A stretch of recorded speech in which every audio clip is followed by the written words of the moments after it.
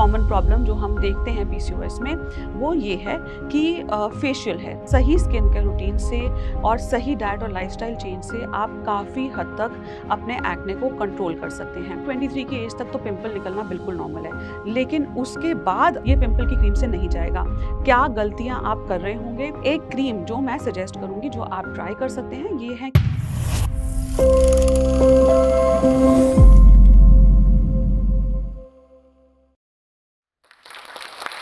अगर आपको एक्ने है बहुत ज़्यादा या ऐसी एज में एक्ने है जहाँ एक्ने यूजुअली लोगों को नहीं होते, मोटे पस वाले दाने या फिर पेनफुल पिंपल्स हैं, या फिर आपके एक्ने जॉ लाइन पे हैं, या आपको हेयर फॉल हो रहा है या आपको लग रहा है कि बाल उतने झड़ नहीं रहे हैं, लेकिन बाल उतने बचे ही नहीं हैं जितने कुछ साल पहले थे, बाल फ्रिजी हो रहे हैं, ब्रिटल हो रहे हैं, हेयर थिनिंग हो रही है, या पार्टिंग वाइड हो रही है, पोनीटेल पतली हो रही है।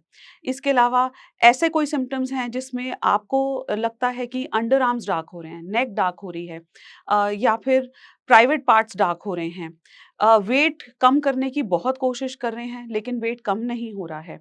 ऐसे कोई भी सिम्पटम्स हैं या अनवांटेड फेशियल हेयर हैं, हेयर उन जगहों पे जहाँ यूजुअली मेल्स को बाल होते हैं, जैसे कि लोअर बैक में या चेस्ट में, तो ये सारे सिम्पटम्स हो सकते हैं किसी ऐसी प्रॉब्लम के, कोई अंडरलाइंग कॉज हो सकता है जिसके बारे में हम आज बात करेंगे।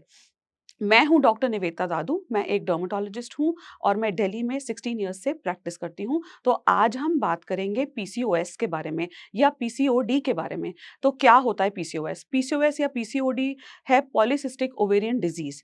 और ये क्या प्रॉब्लम है, इसमें क्या कॉस्मेटिक सिम्पटम्स या गायनेक सिम्पटम्स होते हैं, वो हम देखेंगे। सबसे पहले तो हम बात करते हैं कि ये प्रॉब्लम क्या है। ये एक ऐसी प्रॉब्लम है जिसमें आपकी ओवरीज़ में मल्टीपल सिस्ट बन जाती हैं और वो सिस्ट बनने की वजह से ये होता है कि हार्मोनल डिरेंजमेंट्स हो जाती हैं। तो हार्मोनल डिरेंजमेंट्स होंगी तो उसकी वजह से हमें ये सारे सिम्पटम्स देखने को मिलेंगे। सब लोगों में सारे सिम्पटम्स नहीं होंगे। कोई एक सिम्पटम भी हो सकता है लेकिन तब भी ये सब क्लिनिकल पीसीओएस हो सकता है। सब क्लिनिकल क्यों कह रही हूँ और सबसे ज़्यादा मुझे अपनी क्लिनिक में क्या चैलेंज आता है, सबसे पहले उसके बारे में बात करेंगे। देखिए, सबसे पहला चैलेंज मुझे ये आता है कि जभी भी मैं कोई ऐसा पेशेंट देखती हूँ जिनको जॉ लाइन पे एक्ने हैं, हेयर थिनिंग हो रही है या फिर वेट गेन हो रहा है या फेशियल हेयर हैं, और जैसे ही मैं उन्हें कहती हूँ कि ये पीसीओएस का सिम्पटम हो सकता है, तो सबसे पहली चीज़ जो वो बोलते हैं वो ये कि नहीं, मुझे पीसीओडी नहीं हो सकता क्योंकि मेरे पीरियड्स रेगुलर हैं।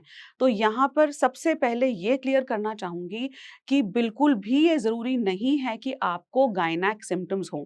रादर डर्मेटोलॉजिस्ट के पास ऐसे ही लोग आते हैं जिनको कोई गायनेक सिम्पटम्स नहीं होते, पीरियड्स इर्रेगुलर नहीं होते, कंसीव करने में मुश्किल नहीं आती, फिर भी कुछ ना कुछ कॉस्मेटिक सिम्पटम्स होते हैं पीसीओएस के, और जिसको हम जब तक एड्रेस नहीं करेंगे तब तक वो प्रॉब्लम सॉल्व नहीं होगी क्योंकि हमें अंडरलाइंग कॉज एड्रेस करना ज़रूरी है। सबसे पहले बात करते हैं सबसे कॉमन सिम्पटम के बारे में, ये है एक्ने। तो काफ़ी बार मैं देखती हूँ ऐसे विमेन में एक्ने, जैसे 22-23 की एज तक तो पिंपल निकलना बिल्कुल नॉर्मल है, लेकिन उसके बाद अगर आपको पिंपल्स निकल रहे हैं या फिर जॉ लाइन पे पिंपल हैं, ये पिंपल बिल्कुल अलग हैं टीनेज एक्ने से। टीनेज एक्ने हमेशा होगा ऑयली स्किन में, टीनेज एक्ने होगा चीक्स में, टीनेज एक्ने पेनफुल नहीं होगा, और टीनेज एक्ने पिंपल की क्रीम से ही चला जाएगा या फिर थोड़ा बहुत डाइट लाइफस्टाइल चेंज करने से चला जाएगा। लेकिन हार्मोनल एक्ने बिल्कुल डिफरेंट है। ये एक्ने जॉ लाइन पे होगा, पेनफुल होगा, नोडुलर होगा, ऐसी एज में होगा जिस एज में हम पिंपल्स एक्सपेक्ट नहीं करते, जैसे 25, 28, 30, 35 ईयर ओल्ड विमेन में अगर एक्ने हो रहा है, तो ये है एडल्ट फीमेल हार्मोनल एक्ने। ये पिंपल की क्रीम से नहीं जाएगा। क्या गलतियां आप कर रहे होंगे? यूजुअली लोग आते हैं, बेंजोइल पेरोक्साइड जेल लगा रहे होते हैं, स्पॉट एप्लीकेशन कर रहे होते हैं, या फिर तो पिंपल पैचेस लगा रहे होते हैं, या फिर यूजुअली ये होता है कि टीनेज प्रोडक्ट्स यूज़ कर रहे होते हैं, जैसे कि salicylic acid face wash use कर रहे होते हैं, जिससे स्किन और ज़्यादा ड्राई होती है, बैरियर डैमेज होता है और एक्ने वहीं के वहीं रहते हैं क्योंकि आपने अंडरलाइंग कॉज को एड्रेस ही नहीं किया। मैं सजेस्ट करूँगी कि क्योंकि ये सारे पीसीओएस के सिम्पटम्स हो सकते हैं, तो आप ये कर सकते हैं कि डाइट लाइफ़स्टाइल में चेंजेस करें, ये सबसे इम्पोर्टेंट है। शुगर, जंक और डेयरी प्रोडक्ट्स को हमने अवॉइड करना है। शुगर और जंक के बारे में सबको पता है कि इससे पिंपल निकलते हैं, लेकिन डेयरी प्रोडक्ट्स के बारे में उतनी अवेयरनेस नहीं है। जभी भी मैं बोलती हूँ कि डेयरी प्रोडक्ट से एक्ने निकलता है तो बहुत ज़्यादा रेजिस्टेंस आती है, क्योंकि हमने बहुत सालों में, बहुत पिछले अपनी दादी-नानी के टाइम से सुना है कि गाय का दूध बहुत अच्छा होता है हमारी हेल्थ के लिए। तो जब मैं ये बताती हूँ कि काऊ मिल्क और बफलो मिल्क में बहुत सारे हॉर्मोन्स हैं, इंसुलिन लाइक ग्रोथ फैक्टर बढ़ाएगा। ये हॉर्मोन्स काऊ ने रिलीज़ करे हैं अपने मिल्क में, अपने काफ के लिए, बछड़े के लिए, और अब वो दूध हम पी रहे हैं तो उसकी वजह से ये एक्ने हो सकता है। काफ़ी सारे पेशेंट्स में डेयरी प्रोडक्ट्स एलिमिनेट करके हमने देखा है कि हार्मोनल एक्ने काफ़ी हद तक खत्म हो जाता है। तो ये बहुत ज़रूरी है, क्योंकि काऊ मिल्क और बफलो मिल्क की वजह से जो इंसुलिन लाइक ग्रोथ फैक्टर बढ़ता है, उससे बॉडी में इन्फ्लेमेशन बढ़ती है, एक्ने निकलते हैं। हो सकता है आपको मोटी गाँठों वाले पिंपल ना हो, लेकिन बहुत ज़्यादा व्हाइट हेड्स हों, वो भी इंडिकेशन है हार्मोनल इम्बैलेंस का। काऊ मिल्क से बहुत ज़्यादा ऐसा होता है कि स्किन ऑयली हो जाती है, पोर्स क्लॉग हो जाते हैं, तो काऊ मिल्क और बफलो मिल्क अवॉइड करना ये सबसे इम्पोर्टेंट चीज़ रहेगी। और जब आप ये अवॉइड करेंगे तो साथ में इनसे बनी चीज़ें, यानी कि पनीर, चीज़, व्हे प्रोटीन, ये सब भी आपको अवॉइड करना है अगर आपको हार्मोनल एक्ने है। एक बार फिर से ये क्लियर कर दूँ कि लोग कहते हैं कि नहीं, हम तो व्हे प्रोटीन काफ़ी टाइम से ले रहे हैं। देखिए, हर किसी को व्हे प्रोटीन से एक्ने नहीं निकलेगा, पर जिनको एक्ने है उनमें हमें देखना पड़ेगा रिट्रोग्रेड कि आप क्या अपनी डाइट में गलत कर रहे हो सकते हैं जिसकी वजह से आपको एक्ने हो। तो हार्मोनल एक्ने में वे को एलिमिनेट करके काफ़ी बार देखा गया है कि इन्फ्लेमेशन कम होती है, इंसुलिन लाइक ग्रोथ फैक्टर्स कम होते हैं और एक्ने सेटल हो जाता है। तो ये हमें करना है, शुगर, जंक और डेयरी को एलिमिनेट करना है, पनीर की जगह टोफू, वे प्रोटीन की जगह plant protein, chicken, fish, egg अच्छा रहेगा, वो एंटी इन्फ्लेमेटरी है, लेकिन रेड मीट अच्छा नहीं है, वो इन्फ्लेमेशन बहुत बढ़ाएगा। कर्ड सिर्फ एक डेयरी प्रोडक्ट है जो बहुत अच्छा है पिंपल्स के लिए। तो ये डाइट लाइफ़स्टाइल चेंज करके आप काफ़ी हद तक हार्मोनल एक्ने को कंट्रोल कर सकते हैं। इसके अलावा बेंज़ोइल पेरोक्साइड मेरा पर्सनल फ़ेवरेट नहीं है, मैं सजेस्ट करती हूँ एज़िलिक एसिड, क्योंकि उससे एक्ने, रेडनेस, इन्फ्लेमेशन ठीक होती है। आप कुछ सप्लीमेंट्स भी ले सकते हैं, और सही स्किन केयर रूटीन से और सही डाइट और लाइफ़स्टाइल चेंज से आप काफ़ी हद तक अपने एक्ने को कंट्रोल कर सकते हैं। अब इसके अलावा नेक्स्ट एक सिम्पटम जो बहुत कॉमनली देखा गया है, हार्मोनल हेयर थिनिंग। इसमें क्या होता है कि इसमें आपके बाल धीरे-धीरे हल्के हो रहे हैं। बहुत ज़्यादा एक बारी में चाहे नहीं भी झड़ रहे, लेकिन बाल हल्के हो रहे हैं, पार्टिंग वाइड हो रही है, पोनीटेल पतली होती जा रही है, नहीं भी झड़ रहे तो भी आपको लग रहा है कि बाल उतने बचे ही नहीं हैं जितने 6-8 साल पहले थे। बाल ड्राई, फ्रिज़ी, ब्रिटल हो रहे हैं, बहुत कोर्स हो रहे हैं, बालों का बाउंस कम हो रहा है, स्कैल्प इतना चिपचिपा हो चुका है कि आपको लग रहा है कि आज सर वॉश किया था लेकिन कल फिर से बाल चिपचिपे हो गए, ऐसे जैसे कि हमने तेल लगाया हो सर पे। ये सारे सिम्पटम्स हैं हार्मोनल हेयर थिनिंग के। अब इसमें क्या गलतियाँ हो रही हैं?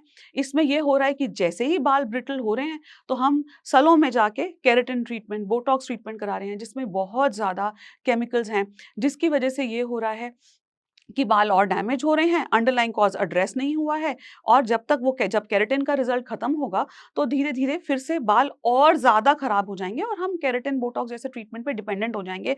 साथ ही थिनिंग तो चल ही रही है, क्योंकि थिनिंग को तो हमने कभी एड्रेस ही नहीं किया। दूसरी प्रॉब्लम हार्मोनल हेयर थिनिंग में ये आती है कि लोग बोलते हैं कि हम तो इतना बायोटिन सप्लीमेंट्स खा रहे हैं, लेकिन फिर भी ठीक नहीं हो रहा। तो यहाँ पे ये बताना चाहूँगी, ये हार्मोनल हेयर थिनिंग है, ये नॉर्मल न्यूट्रिशनल हेयर थिनिंग नहीं है। अब आप, ऐसा नहीं है कि हमें विटामिन डी, बी12 डेफिशिएंसी नहीं है, वो तो डेफिशिएंसीज़ हैं ही सबको। तो वो सप्लीमेंट्स लेने से फ़ायदा ज़रूर होगा। लेकिन उसमें आप देखेंगे कि एक लेवल पे जाके ये प्लेटू फ़ेज़ में पहुँच जाएगा, इसके बाद सप्लीमेंट्स और लेने से आपकी थिनिंग कंट्रोल नहीं होगी, और बल्कि बाल और धीरे-धीरे डैमेज होते जाएँगे। तो बहुत ज़्यादा ज़रूरी है कि हम सप्लीमेंट्स पे अकेले रिलाय ना करें, डाइट लाइफ़स्टाइल मॉडिफ़िकेशन करें। ओमेगा 3 एक सप्लीमेंट है जो मैंने देखा है कि हार्मोनल हेयर थिनिंग में बहुत काम करता है। सौ पामेटो एक्सट्रैक्ट, आप चिया सीड, फ्लैक्स सीड ले सकते हैं, इनमें बहुत अच्छा ओमेगा 3 है। अगर आप नॉन वेजिटेरियन हैं तो आप फिश खा सकते हैं। आमंड, वॉलनट खा सकते हैं। ये सारे चेंजेस करने से आप देखेंगे कि आपके बाल हेल्दी हो रहे हैं। मिनॉक्सिडिल बहुत पॉपुलर है हेयर थिनिंग के लिए, लेकिन मेरा पर्सनल फेवरेट नहीं है, क्योंकि मिनॉक्सिडिल लगाने से शुरुआत में बाल झड़ेंगे, फिर बाल आने शुरू हो जाएँगे, मिनॉक्सिडिल से स्कैल्प में इरिटेशन होगी, और जब आप मिनॉक्सिडिल छोड़ेंगे, तो जो बाल मिनॉक्सिडिल की वजह से आए थे, वो धीरे-धीरे फिर से चले जाएँगे। तो मैं सजेस्ट करती हूँ कि आप रिडेंसिल, प्रोकैपिल, केराविस, एनागेन ऐसे हेयर सीरम्स यूज़ करें, जिनमें पेप्टाइड्स हैं, प्रोटीन वेन्स हैं, स्कैल्प की इन्फ्लेमेशन को कम करेगा, हेयर डेंसिटी को इम्प्रूव करेगा और डिपेंडेंसी नहीं रहेगी इन प्रोडक्ट्स पे। तो ये हुई हार्मोनल हेयर थिनिंग की बात। अब बात करते हैं एक तीसरी कॉमन वैरायटी जो मैं रोज़ देखती हूँ अपनी क्लिनिक में, क्योंकि 70% मेरी ओपीडी पीसीओएस की है।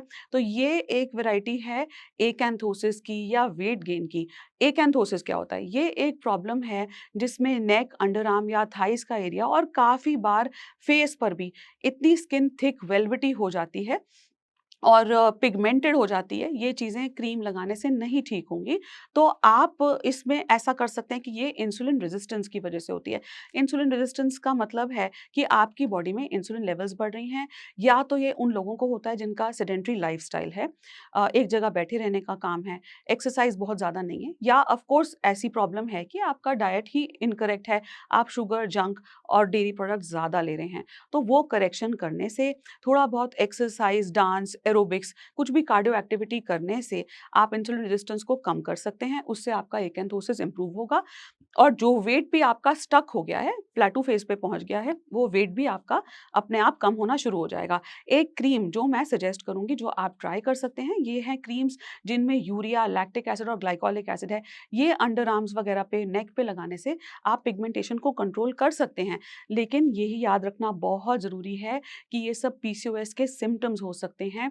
तो हमें अल्टीमेटली अंडरलाइंग कॉज़ को एड्रेस करना है, अपना HBA one C, sugar levels, insulin levels check करानी है।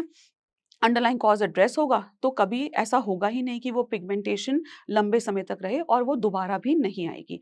अब इसके अलावा फोर्थ कॉमन प्रॉब्लम जो हम देखते हैं पीसीओएस में, वो ये है कि फेशियल हेयर।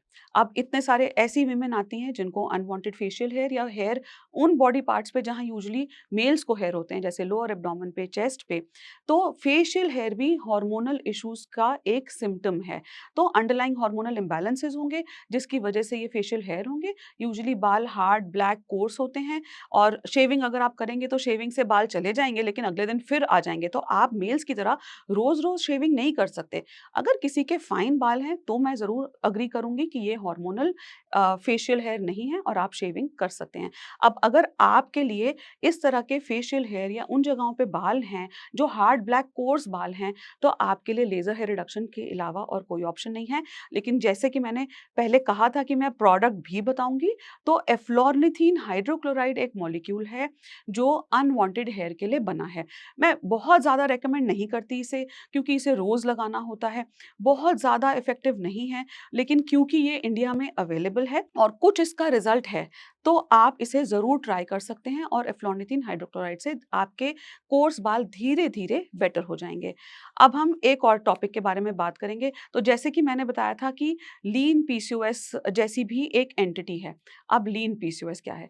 ये एक प्रॉब्लम है जिसमें विमेन आर नॉट ओवरवेट, उनका वेट बिल्कुल ठीक है। In fact I see a lot of size 0 women also. तो ये विमेन में क्या होता है कि इनका वज़न ज़्यादा नहीं है, इनकी डाइट और लाइफ़स्टाइल हेल्दी है, लेकिन फिर भी इन्हें पीसीओएस है। तो इन्हें पीसीओएस क्यों है? तो लीन पीसीओएस कई बार इसलिए होता है, या तो आपके स्ट्रेस लेवल्स बहुत ज़्यादा हैं, या फिर ऐसा है कि जेनेटिक एक फैमिली हिस्ट्री है, मदर को भी पीसीओएस था, या फिर ऐसा है कि आपका वज़न तो ज़्यादा नहीं है, लेकिन आपका फिर भी सेडेंटरी लाइफ़स्टाइल है, बहुत ज़्यादा आपकी लाइफ़स्टाइल में कार्डियो एक्टिविटी नहीं है, आप जिम नहीं जा रहे हैं, या फिर वज़न ज़्यादा नहीं है लेकिन आप फिर भी इनकरेक्ट खा रहे हैं, जिसका मतलब है कि आप बर्गर्स, पिज़्ज़ाज़, पास्ताज़, पेस्ट्रीज़, चॉकलेट्स ये सब कंज़्यूम कर रहे हैं और हेल्दी डाइट नहीं ले रहे हैं, जिस वजह से वज़न ना होने पर भी आपको पीसीओएस है। This is called lean PCOS. अब इसके लिए हमें क्या करना है? इसके लिए सबसे अच्छा रहेगा पीसीओएस योगा। देखिए, अगर आपका वज़न ज़्यादा है तो कार्डियो एक्टिविटी डेफ़िनिटली हेल्प करेगी और मैं सजेस्ट करती हूँ कि हर किसी को एक कार्डियो एक्टिविटी करनी चाहिए, कम से कम हफ़्ते में 3 दिन 20 मिनट के लिए, जिसमें आप और कुछ नहीं तो ब्रिस्क वॉक कर सकते हैं। लेकिन अगर आपको लीन पीसीओएस है, तो आप में ऐसा हो सकता है कि विसरल फैट हो, यानी कि फैट ओवरीज़ और यूट्रस के आस-पास जो चर्बी है, वो आपका सबक्यूटेनियस फैट नहीं है, आपका वज़न ज़्यादा नहीं है, तो वो फैट हम कैसे हटा सकते हैं? उस फैट को हटाने के लिए ये ज़रूरी है कि आप स्ट्रेंथ ट्रेनिंग एक्सरसाइजेस या कोर स्ट्रेंथनिंग एक्सरसाइजेस करें या फिर पीसीओएस योगा करें। इनसे ये होगा कि जो फैट, स्टबर्न फैट आपका ऑर्गन्स के आसपास है, जिसे हम विसरल फैट कहते हैं, वो फैट हट जाएगा और जब वो फैट हटेगा तो पीसीओएस अपने आप इम्प्रूव होगा। अब एक और चीज़ के बारे में बताना चाहूँगी। ये है एक सप्लीमेंट जिससे मेरे पेशेंट्स को बहुत ज़्यादा बेनिफिट मिला है। ये है मायोनिसिटोल सप्लीमेंट। तो देखिए, हर विमेन को ऐसा नहीं है कि इतना हार्मोनल इम्बैलेंस है कि हमें हार्मोन्स की टैबलेट ही अब खानी पड़ जाएँगी तभी हमारा पीसीओएस ठीक होगा, और हर कोई कंफर्टेबल भी नहीं है हार्मोन्स की टैबलेट खाने में। तो ऐसे में मायोनिसिटोल बहुत हेल्प करता है। ये एक न्यूट्रिशनल सप्लीमेंट है पीसीओएस के लिए। ये टैबलेट्स के फॉर्म में और पाउडर के फॉर्म में आता है, जो आप पाउडर ट्वाइस अ डे ले सकते हैं पानी में घोल के, और ये बहुत ही ज़्यादा अच्छा हेल्प करता है पीसीओएस को रिवर्स करने में। तो अब इसके बारे में मैं कुछ बताना चाहती हूँ। देखिए, कोई भी सप्लीमेंट ऑफ कोर्स मैं कहूँगी कि आप एक डर्मेटोलॉजिस्ट को कंसल्ट करके ही लें या गायनेकोलॉजिस्ट को कंसल्ट करके लें, लेकिन वैसे माइनोसिटोल हार्मोनल सप्लीमेंट नहीं है और ये बिल्कुल सेफ है। ये किस तरह से हेल्प करता है? हार्मोनल इम्बैलेंसेस को कम करेगा। उसके अलावा ये एंजाइटी इश्यूज़ को एड्रेस करता है, वेट गेन अगर हो रहा है तो वेट रिड्यूस करने में हेल्प करेगा। ये गैस्ट्रिक इश्यूज़ में बहुत ज़्यादा इफ़ेक्टिव है, तो गट को हेल्दी बनाए रखने में हेल्प करेगा। इंसुलिन रेजिस्टेंस को कम करता है और बहुत सारे लोगों में मैंने इसके बहुत बेनिफिट्स देखे हैं। जैसा कि मैंने बताया कि 70% पीसीओएस ओपीडी होती है रोज़। तो सिर्फ मायोनिसिटोल सप्लीमेंट लेने से ही उनके इतने सारे सिम्पटम्स एड्रेस हो रहे हैं, और मायोनिसिटोल आजकल मेटफॉर्मिन के साथ भी आता है, जो मेटफॉर्मिन एक मेडिसिन है शुगर के लिए, इंसुलिन लेवल्स के लिए। ऑफ कोर्स मैं फिर से रिपीट करूँगी कि कोई भी सप्लीमेंट लेने से पहले आप एक क्वालिफाइड और एक्सपीरियंस्ड डर्मेटोलॉजिस्ट को कंसल्ट करें। अब पीसीओएस से रिलेटेड हमने काफ़ी सारी बातें कर ली, लेकिन एक चीज़ जो मैं बताना चाहूँगी पीसीओएस के बारे में, वो ये है कि पीसीओएस ये एक लाइफ़स्टाइल इश्यू है। तो आप इसको ऐसा नहीं समझें कि ये कोई बीमारी है जो हो गई है। ये हमारे लाइफ़स्टाइल की वजह से है, तो लाइफ़स्टाइल जैसे ही करेक्ट करेंगे तो हम काफ़ी हद तक पीसीओएस को रिवर्स कर सकते हैं।